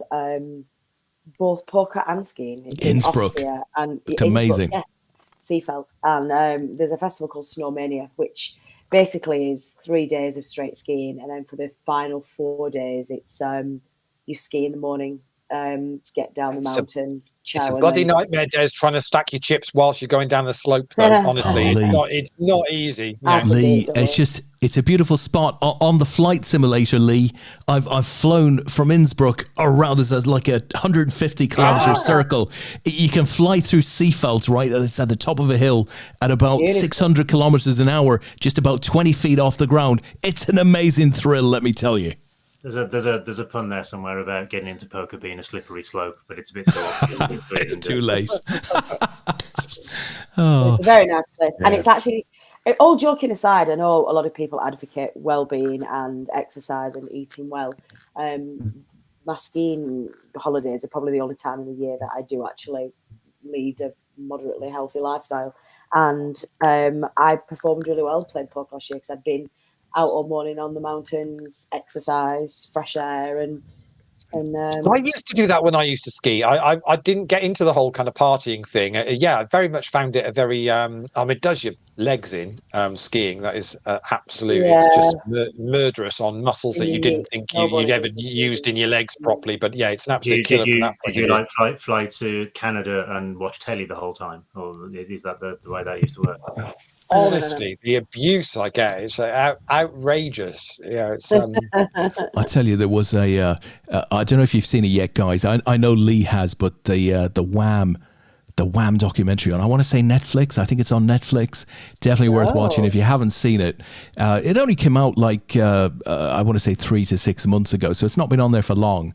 But there's a beautiful piece in there where I assume it must be Andrew Ridgeley or perhaps George Michael, some years ago, was telling the story of when they shot Last Christmas, the video, and they were with their mates at a chalet somewhere skiing and stuff. And the plan was cheaply they'd bring the cameras and they'd shoot this Last Christmas video. But he said it was taking a while. They were all eating and drinking and getting more and more pissed, and they were getting more and more worried as to what the result would be. Of course, the end video didn't give you a sense of that, but I thought it was a really nice story about mates being off on a skiing holiday in a chalet. Very, very nice, I thought. Yeah, definitely check that out. Yeah. Talking about other TV stuff, I've just started watching Obliterated on Netflix. I think I've remind me, Lee. I think I've seen set in Vegas. That's the only reason I started watching it, because it said it was set in Vegas. It's about a kind of a crack American kind of CIA team or something that are stopping a bomb blowing. It's 8 episodes. Good. It's like it goes as far as have you seen The Boys on Prime? I know what it is. I haven't seen it, but yeah. Yeah, but it's just insane in parts. This thing. So I'm only a few episodes in. It's kind of watchable TV. It's set in Vegas. I do like anything that's set in Vegas, just because it always amazes me when they do some of the filming. I think, crikey, they all moaned about everything being shut for the Formula One and everything. How did they shut some of this stuff off so they could do some of the filming that they've done when they do kind of the car chases in Vegas at night and things? And what's one of the films that's got? Oh, what's the one where they land the plane? Con Air, isn't it? That ends in Vegas, doesn't it? You kind of think, how on earth do they shut half the city down to do some of this filming? It must take weeks to do some of these scenes and things.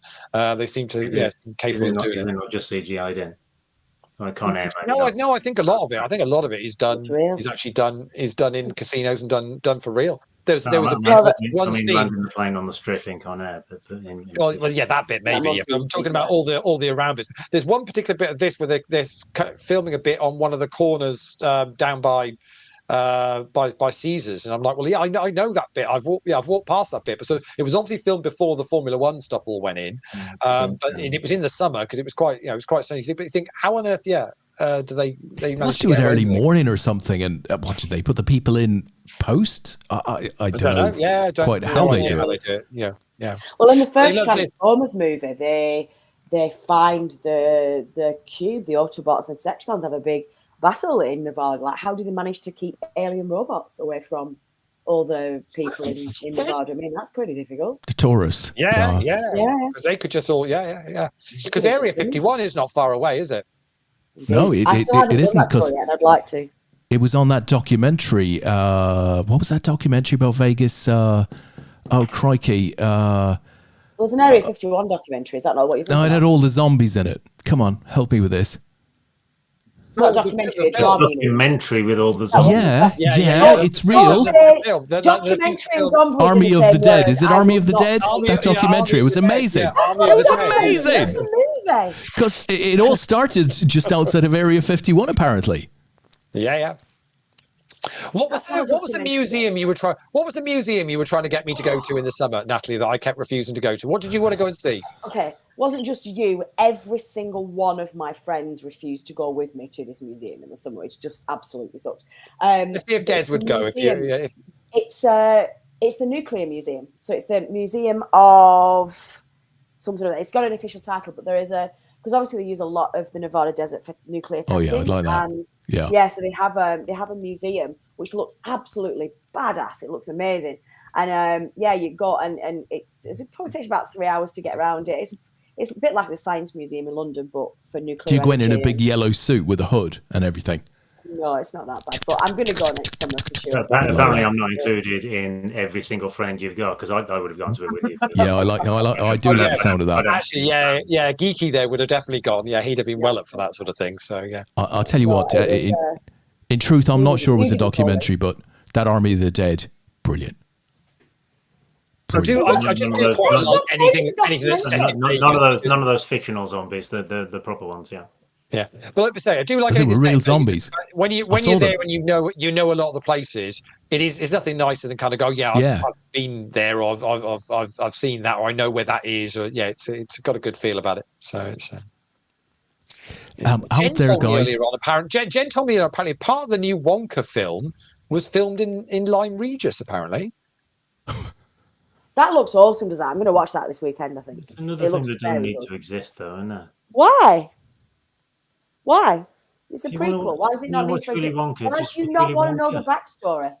Yeah, but don't you want to know how Wonka got to being Wonka? Surely you do. You want to know. You can't redo Wonka, guys. That movie is. No, it's been done. We're not redoing Wonka. It's a backstory. No, this is. Is it a backstory? Yeah. Wonka is a young lad by somebody else. Wow. And he meets the Oompa Loompas in the movie. I think this is amazing. I can't wait. I'm going to watch it this weekend. Listen, let me give you a bit of a future story. God, I hated the fucking Mary Poppins follow-up. Oh, I didn't mind it. I thought that was good. Don't kill the original. A bit of a future story for you, Mr. Allen. In the unlikely event that I turn that entirely undeserved ticket into anything, he's accepting the ticket, Leigh, 50% will go to HOQ. Very nice. Very nice. Just too nice, isn't he? Of course he's accepting the ticket. He moaned it in that good. He moaned it in. Of course he was accepting the ticket. 50% HOQ. So let's hope he has a super long run. He also goes on to say, there is nothing at all like the feeling of being in the mountains.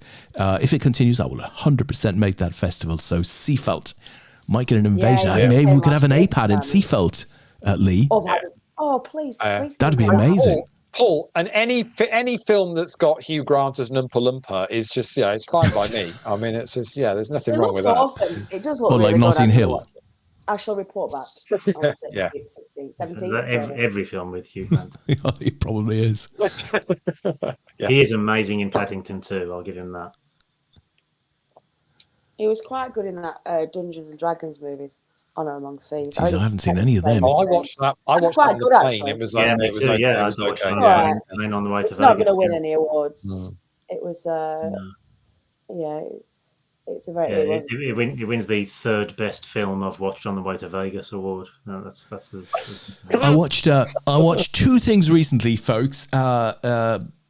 Plane with that well-known Irish actor from Scotland, Gerard Butler. Relatively new release, I think. Really good, I thought, personally. Plane. The other thing was Citadel. I think again. I've started watching that. No spoilers. No spoilers. James Bond feel to it. The production is quite nice. Citadel's very good. It's currently one of the most expensive series of all time. Really? Yeah. I've just watched episode 1 and I loved it. I really loved it. Can't name him, but the actor who was in The Bodyguard plays, I guess, one of the leads. Very good, very credible. Richard Madden. Richard Madden. Is it? Rob Sorry, Stark's don't have the name.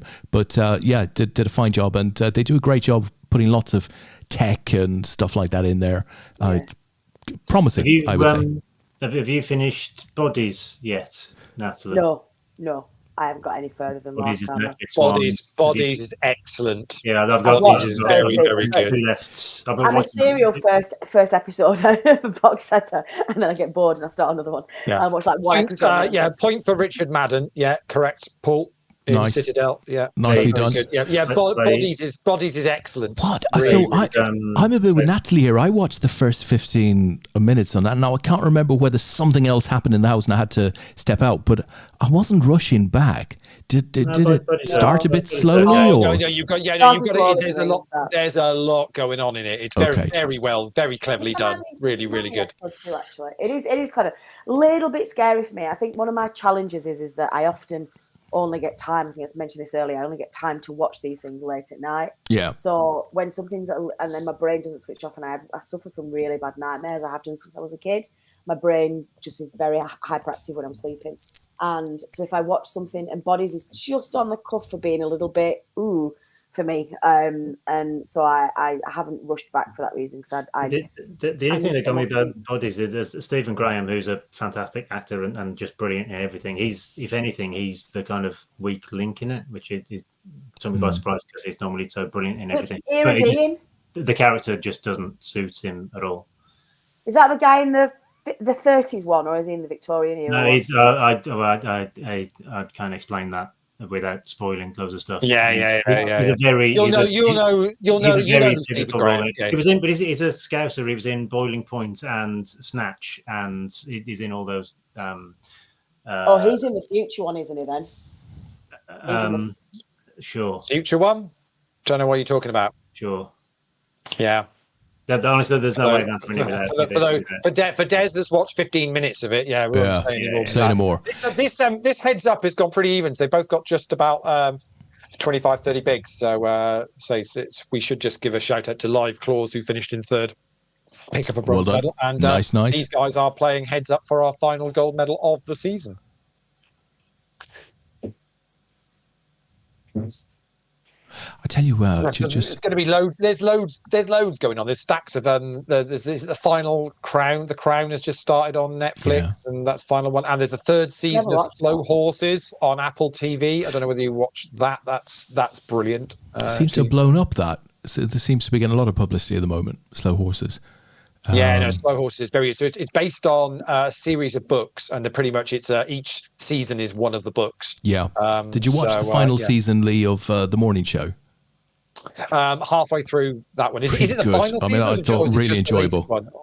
Is it done, or is it just the final one? I'm hoping it's just the season. I'm hoping it's just the season. I hadn't heard anything different. But I thought it had a very good finish. And I watched something with my kids earlier on today. We just sat around and we watched The Circle, which I don't know if you guys remember. That's been out for a couple of years now. Just a really interesting. That's the girl who played Emma Watson, isn't it? And is it not Emma Watson, Circle?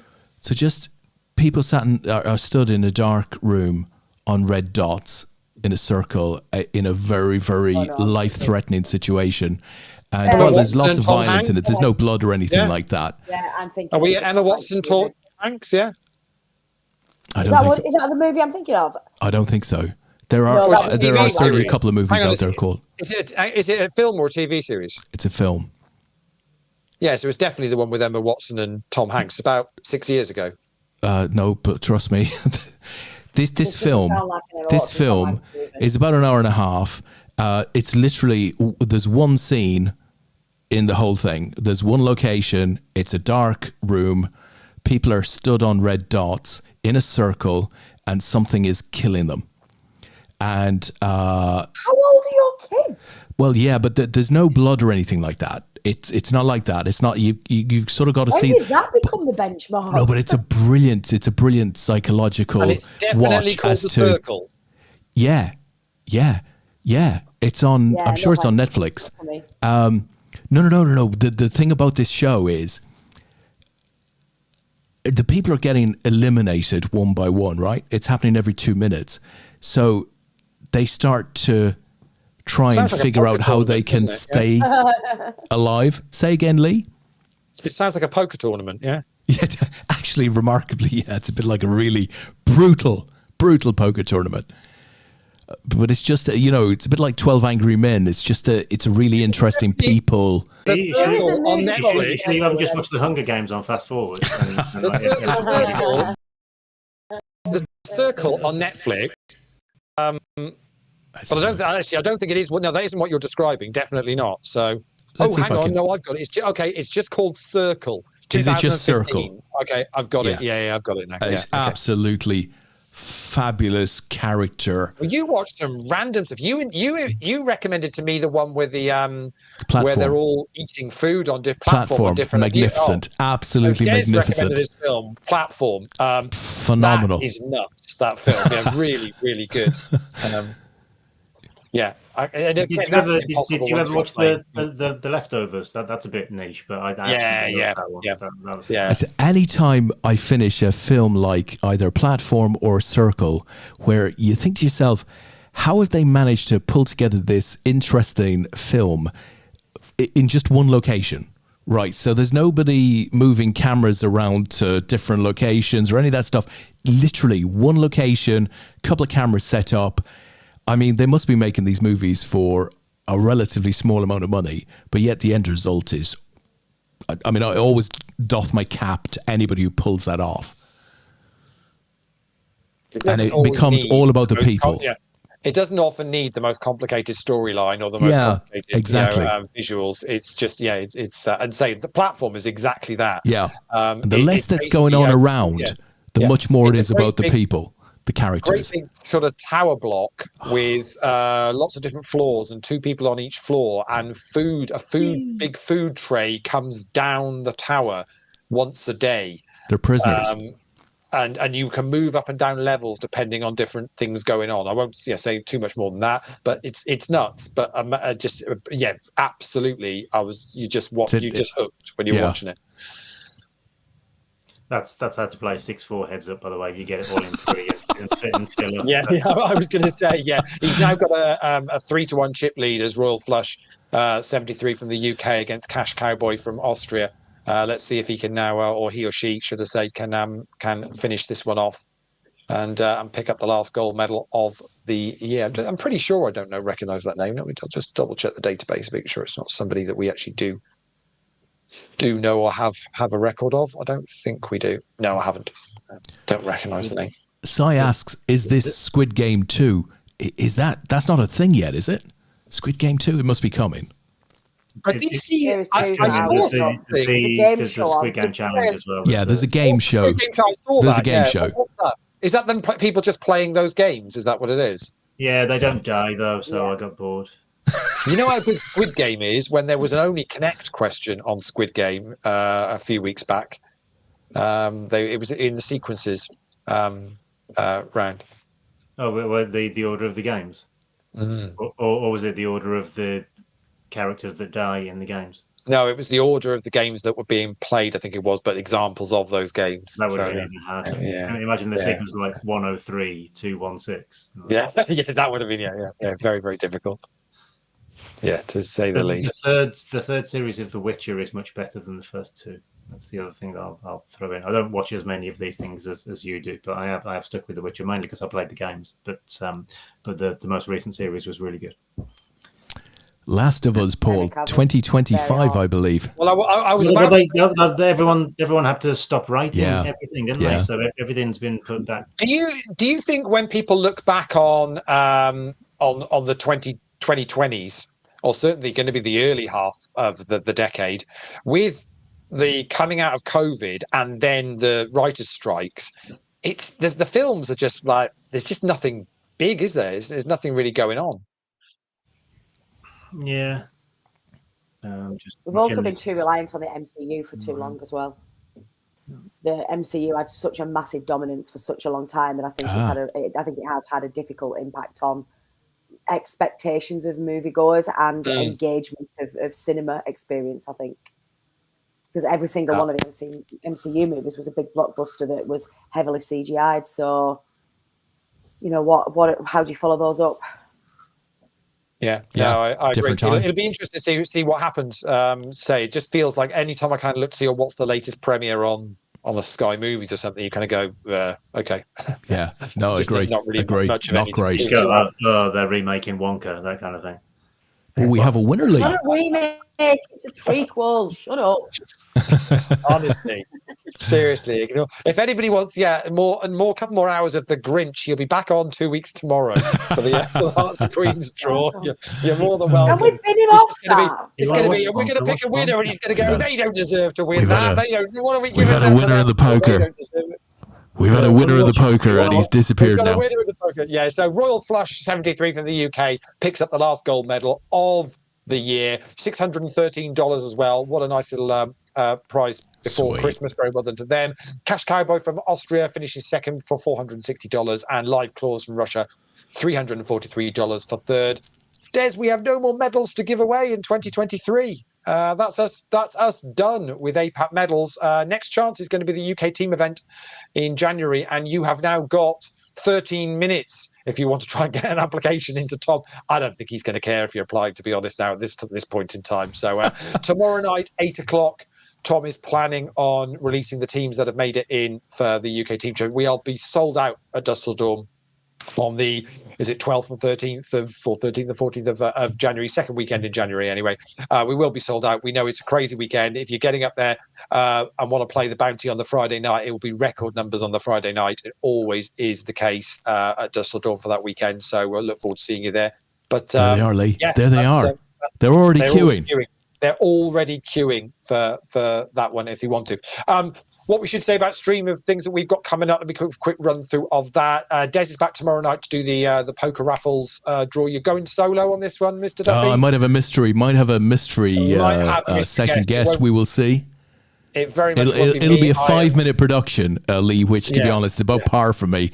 A 5-minute production should be short and sweet. No Leigh, because he's going gigging, folks. Leigh is going gigging. I've had a gig in Bristol tomorrow night, so I won't be about. What's on tomorrow night? It's the Extreme gig tomorrow night. Oh my God! It's the Extreme gig tomorrow night. So 90s rock, folks. And then I guess we'll be. We'll then be back for a couple more poker raffles draws probably before we get to Hearts of Queens draw, and then the 17th will be our kind of pre-Christmas final show of the year, I guess. Great. And we will do the Hearts of Queens. Yeah, we'll do the whole draw. I think both of you guys are going to come back on for that one.